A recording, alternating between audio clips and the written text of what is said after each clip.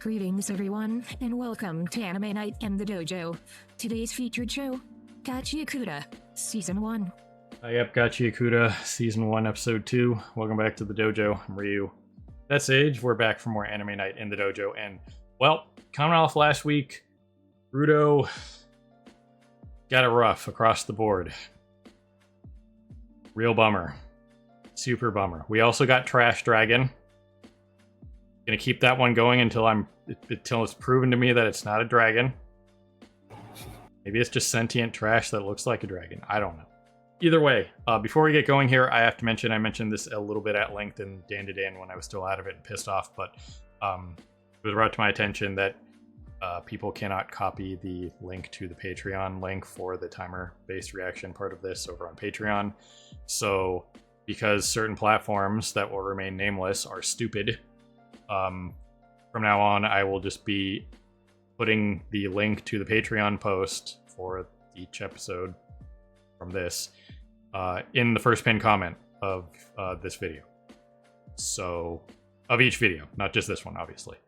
So, yeah, just going to be doing that going forward. I'll still leave it in the description for whatever, but they can't stop me from posting links in first pinned comments. You know what I mean?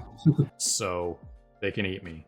So if there's still issues, you guys, there is a link to the Patreon, like on the home page of the channel. Like it has my Twitch, the link to my Twitch channel, and then the link to the Patreon channel. And then if you go there, there's like a collections tab, and I have the timer-based reactions in their own thing. So if you bring that up, it'll just give you like a list, and then you can search. This is the first time I've ever used Patreon for anything, just as a user or creator or whatever. So I don't really know a whole heck of a lot about it, but I did see that you can create collections, kind of like playlists on YouTube, and then you could just do like a search. So if you're just looking for Gachiakuta, if you put Gachiakuta in, it should just show you that's the timer-based reactions for this. But since there's only like 6 or 7 episodes up there since from last week and a couple of the Sakamoto days and the last IPRE everything, there's not a huge amount of the timer-based stuff on Patreon right now as we record this. So once I get those links going in the pinned comments, that'll be there. And I mentioned this in Dan to Dan as well, is since you can't pin a comment until the video is actually live, I'm not always awake when these videos go live. I might not be awake, or I might not be at a place where I could, pin the link. You know what I mean? So at some point here, I got to get Age modded so that if he's around and can throw that up or whatever, that'll be a thing. But the link to the timer-based reaction on Patreon should go up within a couple hours of the actual video releasing. So yeah, if it doesn't work in the description, then the pinned comment will be there at some point on that day, unless there's if I'm not here all day for some random emergency or whatever kind of deal. So yeah, so to put that out there. So going forward, we'll just do the first pinned comment thing, and barring that, I don't know.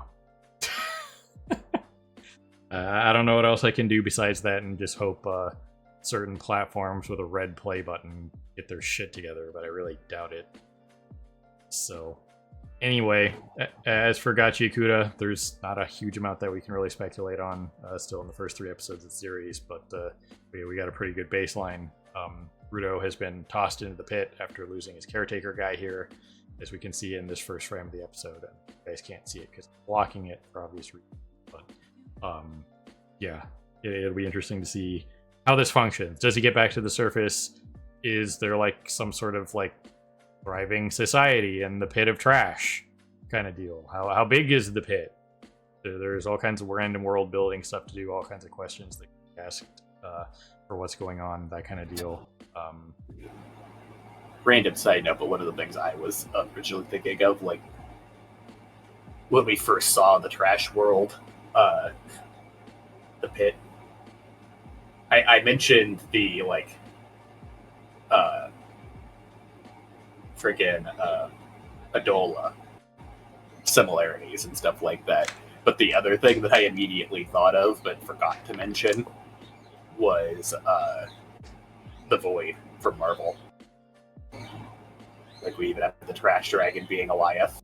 Right, yeah. that was a place for anybody who watched the Loki series. That was definitely an interesting place to be. So, anyway, that being said, let's just go ahead, push some buttons, and see what's up with this week. So, if you're on Patreon, we'll get the countdown ready for you guys, and if you're on YouTube, we'll see you right on the other side of this edit for the discussion and review. So, here goes some. Well, alrighty then. As I mentioned at the end of the reaction over there, trashed beasts, not trash dragons. If you're a Pokemon Go player, you'd probably have a field day down here with these guys. But yeah, the sequence was interesting. But we got Rudo awakening to his power base. Engine called them givers, so I assume they give life basically to inanimate objects to use them as a tool. And based on what we got from the like random thugs here, they made it sound like say when he first started using the chain there, that would be the only object that he could use. So just kind of like knock his tool away and he can't do anything. But in his case, it seems like he can just use whatever. Give life to whatever, and then it seemed like once its purpose was fulfilled or his power turned off, that it just kind of evaporated. So yeah, it'll be kind of interesting to see what comes of that. But based on what Engine was saying there at the end too, as well as the fact that if they have cleaners, then you could probably, surmise that these guys that have this power could slowly clean up the trash by using it, and then it just kind of evaporates. So, well, I think that's more of a unique thing to Rudo. So the thing is, basically, from what we got established here, is that the whole premise to Givers is that they're people that have such a close connection to an object that they can actually empower it and turn it into things and give life to it. Right. Because we got that whole like Shinto belief thing that, eventually if something is around long enough and is used long enough, it acquires a soul kind of deal. Yeah. Which is the thing that these guys themselves kind of messed up on, because they weren't really thinking rationally, because of the whole thing of like, oh, well, if he's a giver, just get rid of his object. But once again, at the very beginning there, all he was using was just the chain that they tied him up with, something that he clearly had no actual connection to. Right. Meanwhile, like, Engine has his umbrella as its object that he's tied to. Yep. Bruto, however, whether it's something to do with the weird experiments by his dad on his hands, a unique trait to the gloves, his upbringing of like caring for any object like it's a real person, or a mix of all of them, seems to be able to bond with any object. Right, because as we saw in the first episode, he just kind of had his like little storefront there where he was fixing stuff. No matter what it was, as long as it still had use. Yeah, but the thing is, whenever Rudo gets done using it, we see it evaporate. But Engine's umbrella doesn't evaporate after he uses it. Right. Because once again, it seems like for normal givers, it's a key item. Which for Rudo, his key item is probably his gloves. It's just something unique about his situation or the gloves' specific powers. Is instead of imbuing the gloves, he uses the gloves to imbue other items. Yep. So we kind of talked about that last week with the fact that he might have to like take his gloves off and stuff like that, or to activate his power or whatnot. But that doesn't seem to be the case, at least at the moment. Did that change in the future? Yeah. Maybe. But as it stands right now, that was something we discussed, was, is he going to have to take his gloves off to activate his power, or what the deal is going to be with that? But they very well could just be the thing that channels his power kind of deal, as we saw. So, Yeah, from our understanding at this early stage of, only being episode 2, the gloves are an integral part of his power. Yep. Because he's had them for so long, and, we had the whole, like, soul bonding kind of thing going this whole episode. So I'd assume that they're just going to be part of his power base, period, kind of deal. Maybe it'll be kind of one of those things where if he loses his gloves, he can't use his power to its fullest, or it's something slightly different where, this is a positive effect, whereas if he touches something with his bare hands, it's like a negative effect or something like that kind of deal. So yeah, I imagine the thing for givers is that if they lose their object, that they then have to spend a long time bonding with a new object. It's like a freaking like a wizard's familiar. Right. So yeah, a lot of interesting stuff going on here. We mentioned there at the end of the reaction, as well as that Engine points out that it's a sphere. So we can safely assume that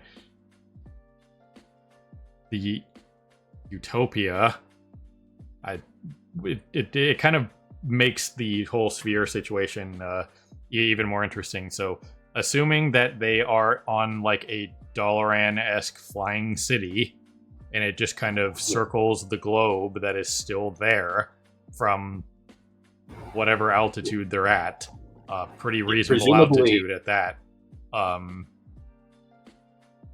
They've just kind of post-apocalyptic and shot themselves up into the atmosphere there, however high up they are, and people survived in the trash, or what became the trash, because it wasn't always like this.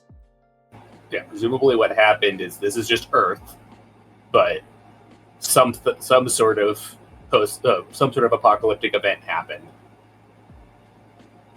that screwed Earth over, and like the upper class made themselves an arc and shot it up into space or the sky into like orbit around the Earth, and that is the sphere, and it's just continued to exist as a like pseudo utopia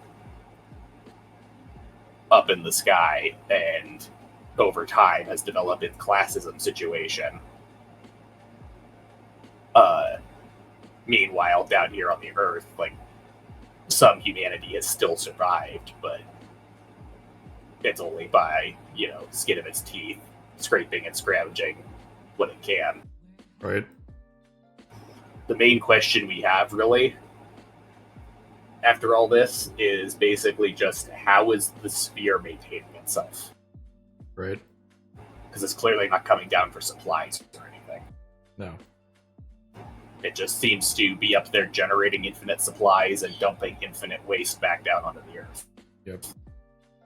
So, however they generate more materials and stuff like that, that would be kind of interesting to see that. But as we saw here, not everything is just like, it's not just a huge pile of trash. You know what I mean? They're not constantly rolling around in nothing but trash. Where Rudo landed seemed to be more where these like trash beasts live, where there seems to be the majority of the trash kind of deal. Like here's like a giant trash pile and then another giant trash pile. But as we can see here, this is like a canyon. So there's no trash to be found here. You know what I mean? Yeah, presumably the sphere has like a trajectory where it like flies, probably in an actual like rotating orbit. So it's like doesn't just fly over the same spot over and over again. It's constantly moving, but it's probably orbiting the whole planet and just slowly dropping trash everywhere. But areas that it hasn't dropped trash, areas that it hasn't been to in a while, can probably be cleaned out by the cleaners and made pseudo livable until the next time the sphere passes over.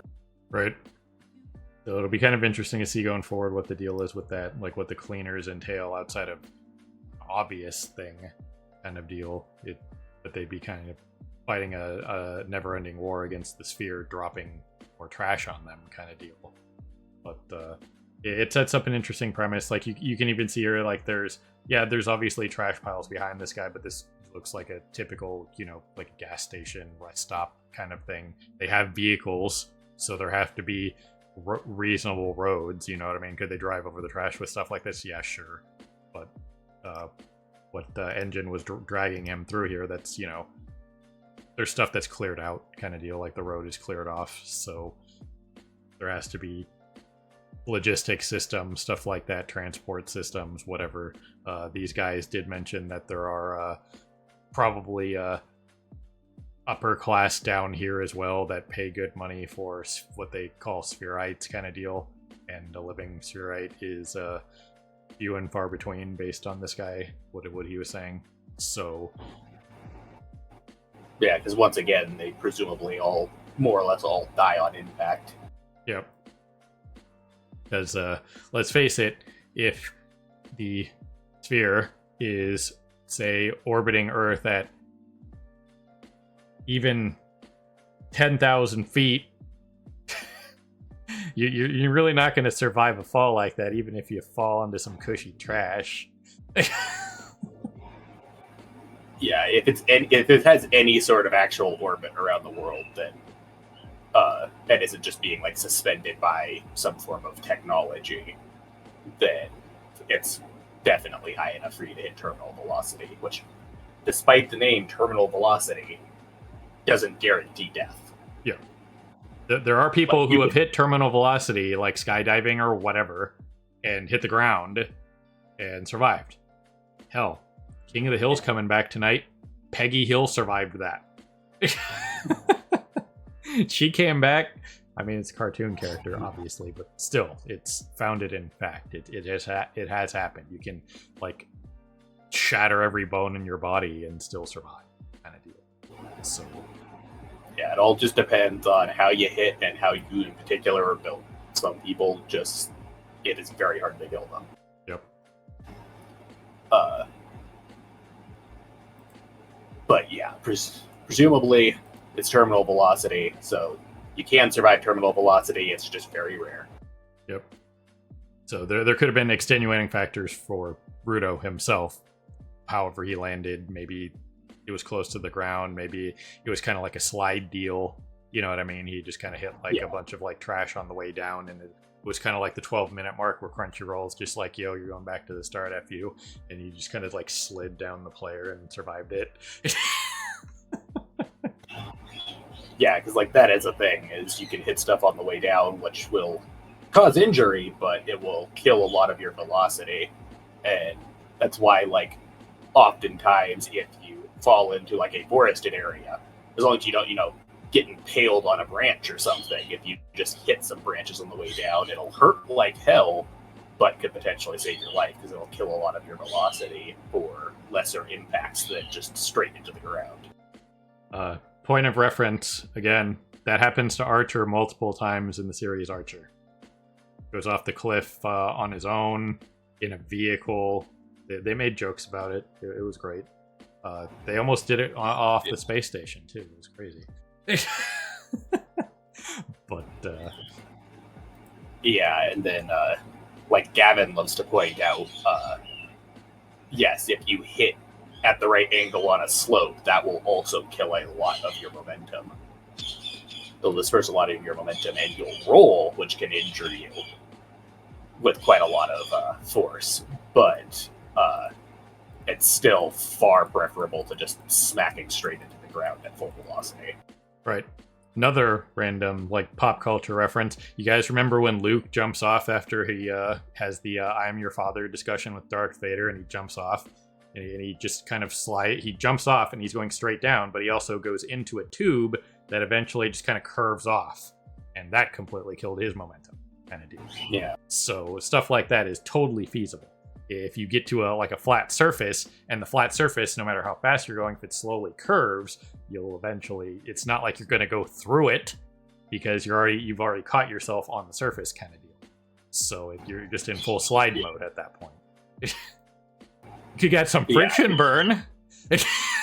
Look, that's what I was gonna say. Is technically falling along any surface no matter how steep or sloped, will kill your momentum because of friction against the object.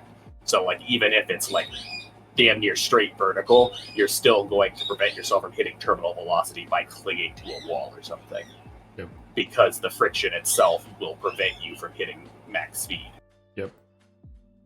So it could have been something like that. Obviously, you could argue he's obviously very tough for who he is, and he has a power base. So, you know, it could be whatever. But plot armor, you know, it just it is what it is.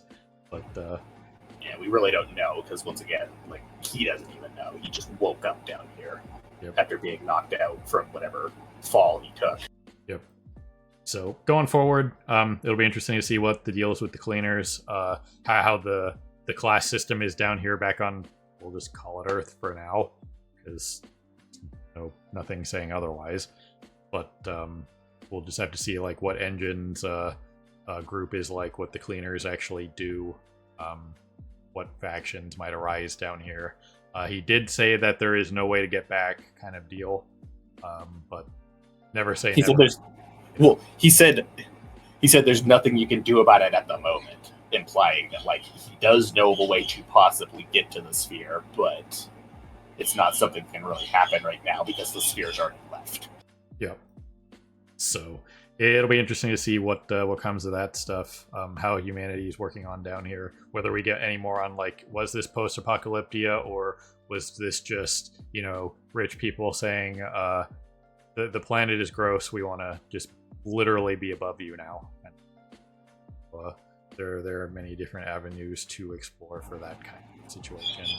It is possible that this is just a we built a utopia situation, but the fact that the Spherites don't have like any understanding of the Earth below them, they just know that there's just the pit, this is just where we throw our trash kind of thing, implies that it's a case of like they shot themselves off in an arc and don't know what happened. Right. Like, they don't even understand that they're orbiting the Earth at the moment. They just know that they shot themselves away from their dying planet. Yep. So it'll be interesting to see if we get more of that. But for the first 2 episodes, it's pretty much established what it needs to. Got the story going, introduced us to the main character. How the power scaling, or not power scaling, but like the power base is going to work in this for him. He definitely seems to have that like main character anomalous thing, because as Engine points out, it's like, oh, he's using 2 items or multiple items or whatever. Rudo's case, Engine's thing being the umbrella, Rudo could probably just fire and forget a bunch of random different things. And then at some point, maybe he'll have like a signature item that doesn't evaporate after use. So, well, once again, like I said, all signs currently seem to be pointing to his gloves being his bonded item, and just being his unique power is the fact that he gives life to other objects rather than his bonded object the way normal givers do. Right. So yeah, I'm liking this so far. Solid first 2 episodes, what it needs to be. Haven't heard a super hardcore OP for a show in quite a while, so that's different. They usually don't get like super heavy metally anything like that in OPs. Like, you do sometimes, but it's usually like anime openings are basically their own genre. It's very rare that you find any OP that is like just fits into a specific other genre, like heavy metal. Right. So anyway, that's all I got for this week. While we still establish what's going on here, start theorizing on some stuff, but we got some more world building, stuff like that, and whatever's going down here on Earth planet. So, got anything else, Age? I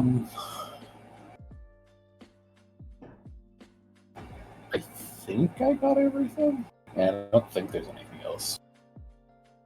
Alrighty then. Well, then, ladies and gentlemen, people of YouTube, beyond whoever you're watching, we always appreciate you stopping by and hanging with us in the dojo for more Anime Night in the dojo. And this was Gachiakuta, Season 1, Episode 2. So have a good morning, evening, afternoon, whatever it is for you. Have a good one. See you next time. Hey everyone, Victoria here. If you enjoyed the video, please consider pushing those like and subscribe buttons. Your support is greatly appreciated. Thanks again for your time. and we hope to see you again in the future.